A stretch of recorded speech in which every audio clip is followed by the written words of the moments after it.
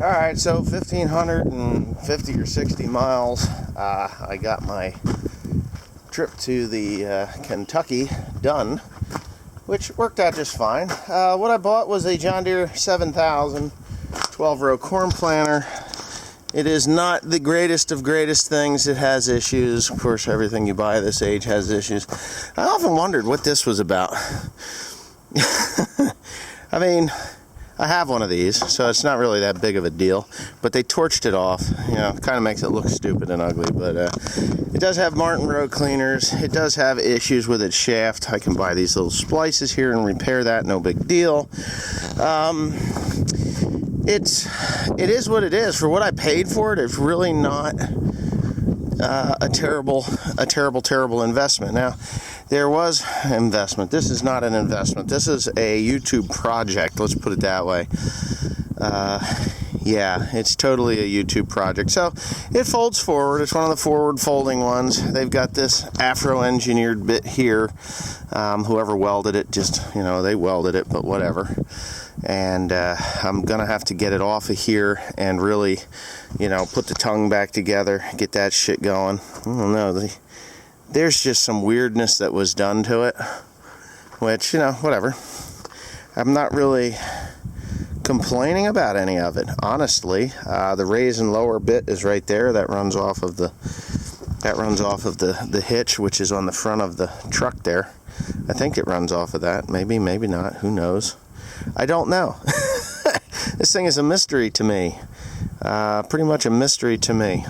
So that hydraulic cylinder there, it was put down on it. I don't think it's leaking from that point. It's leaking from the plate, which is fine. Like I said, this is just a pretty much a YouTube project corn planter. I needed a corn planter, and this one came up for, where is the damn thing? Corn and bean, row cleaners. It's a 12-row narrow, and this is what I paid for it right there. So what can you do? You can't go wrong there. Just the row cleaners alone, which are in phenomenal shape. Row cleaners, and the recently new finger pickups, which are all sitting in here. These are John Deere finger pickups. That one's not new, but there's several of them in here. I think this is even a precision. It is. There's a precision planning meter, and I have a bunch of those. So I've gone over meters in the past myself and done that work. Not really that big of a deal to get them going correctly. And I will show you one issue here. You can see that shaft has been bent and twisted. I'm pretty sure it's bent and twisted because of this guy here. That needs to be worked on. It has a lot of new parts on it, which really kind of blows my mind as to how many new parts are really on it. But there is a lot of new parts on this. What I can see and what I think is really wrong with this machine is in the pivot and the swing. I'm not 100% sure, but I'm about 90% sure there's a dowel pin that's supposed to go in there. And when this thing swings closed, it's supposed to align that into the dowel pin, and of course when you're pulling forward they go back. And the previous owners, they just would come out and put a bolt in it and bolt it shut when they opened it up to bolt it together. That's not happening. I'm going to fix that. There was a little bit of an issue here. You can see there's welds and stuff, but like I said, for the amount of money I got into it, I got bean cups, and I'm going to sell those because I will never use them. And of course I've got the meters that I'm going to change all the belts and brushes in and do the work on that, and that's going to happen pretty quickly. Openers, it has seed firmers, which of course they got violent with, which really kind of annoys me that they got violent with them. These seed firmers are, you know, they're Keaton seed firmers, but I'm not too thrilled with the delivery system for the fertilizer. So I'm probably going to change that. The simple reason, I just don't use in-row fertilizer. The fertilizer that I'll use will be different than that. They didn't give me the monitor, so I'm going to have to get after them for that. You know, you got to get after them for that. And I'm almost certain that those are just dowel pins that are supposed to go in there. When that thing closes up, there's dowels that align it. I'm almost 100% certain of that. I've never been that close to them, but if you look, there's the gauge wheels. Nothing is broken here. We would lose these here. They would break off from the closing wheels, and they're all in pretty decent shape. I will be putting all new bushings inside there, so I got a plethora of parts that need to get put in. Here's a brand new row unit. I don't know if that's the only one, but this is obviously like a Kinsey deal. And the bushing here, that's a neat bushing. They just never got it in there correctly. You can adjust that. Well, that's pretty cool. In my years of running those, I've never used one of those. They used them pretty regularly, so I just use the regular old-fashioned washer types. This closing wheel needs to be replaced. I've got a lot of stuff.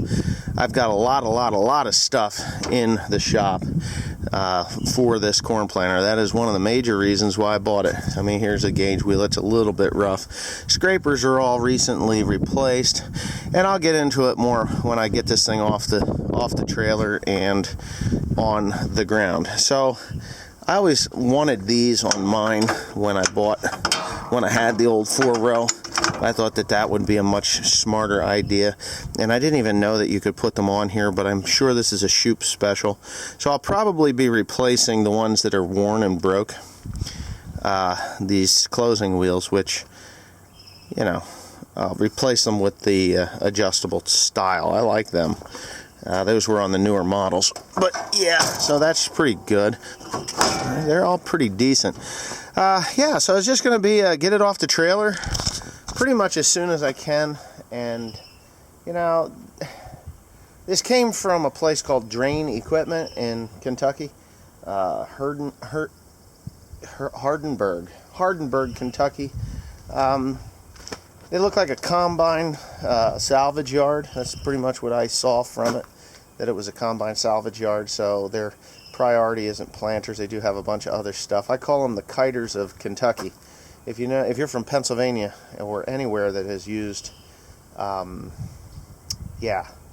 anywhere that has needed used combine parts from Pennsylvania, you'll know kiters of Elizabethville, Pennsylvania. So even this guy here, it's not crooked. It just needs to get some work done to it. I will do the work. So yeah, we blew a tire. I know I put this on Instagram. Blew a tire. This is a tire that came off of my red pickup truck. Before we left, there was mismatched tires. My brother-in-law had put all new tires on here, and whoever he bought his tires from, they screwed up royally. And they're Chinese tires. They're this, what do they call them? Crosswind Load Range E tire, 10-ply rating, and they're absolute trash. They're just absolute trash. But if you look across here, you can see that tire there isn't even touching the ground either, because it's the wrong tire on there. It is the same brand. It's just whoever put the tires on grabbed 8 tires and threw them on there. Didn't even check the sizes. So I had this one in the shop and another one on the other side because I had replaced, and I didn't catch that one. But this blew in Charleston, West Virginia. Charleston, West Virginia, this sucker blew out. And it was no big deal. I just drove it home just the way it was. I knew that this is an American-made tire, and when you put an American-made tire on a trailer, it's gonna last. I knew I was gonna catch some flack for that, you know. But this corn planter, I don't know how heavy it is, but it isn't terribly heavy, and it is a no-till version of this. You can go no-till. It has the no-till down pressure springs. There's new ones on there. There's just a bunch of new parts on here. If you look at it really close, it's not nearly as bad as you'd think it is for its age. And yeah, I was a little disappointed when I got it, and they weren't treating it very well. Put it on a trailer, but what are you gonna do? It's a salvage yard. They're not into really being too careful. So I'll get that off of there. I gotta call them too, because they didn't give me the meter, the 12-row meter that lets me know that seed is falling out of the thing. So anyway, on to the next thing, the next greatest thing, and that is the sprayer, because I got to get going on that.